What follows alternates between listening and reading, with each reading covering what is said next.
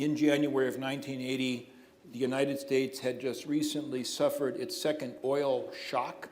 That was the term we used in those days, meaning at least the appearance of a sudden shortage of oil, which reminded all Americans that at that time, the well-being of our country was increasingly dependent upon our ability to access foreign reserves of oil.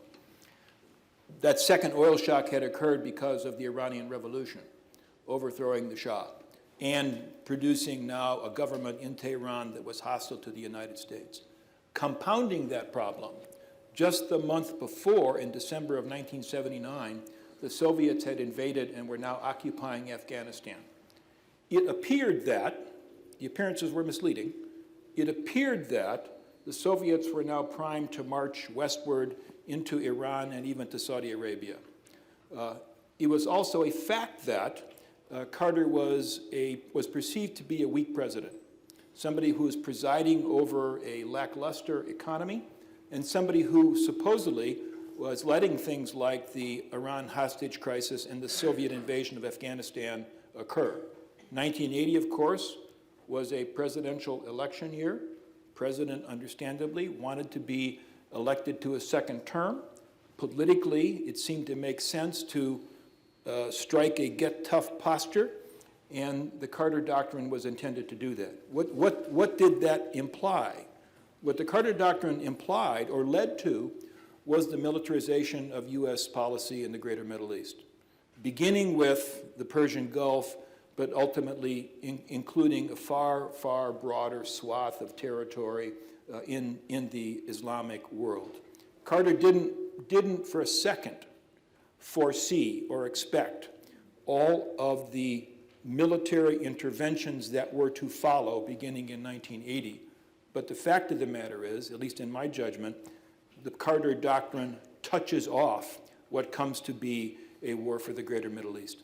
Now, one of the things we would always hear, at least in those early years, is we were fighting to preserve our security for energy resources. Was that accurate, and is that all we were fighting for? It's accurate, and yet it's not all that we were fighting for. In other words, it makes sense to say that at the outset, America's war for the greater Middle East was a war for oil, because it appeared that our prosperity, our well-being, was contingent upon ensuring that we had access to foreign oil. But what I argue in the book is that if it began as a war for oil, it actually quickly morphed into something else. That the war for the greater Middle East, in some senses, in very important senses, became a war to demonstrate that the limits that apply to other countries need not apply to us. To demonstrate that when the United States sets its mind to doing something, that we can do it, and can, to use a term that I like in Washington, that in this instance that we are able to shape a large part of the world, the assumption among policymakers being that the adroit use of American military power gives us the instrument to accomplish this shaping.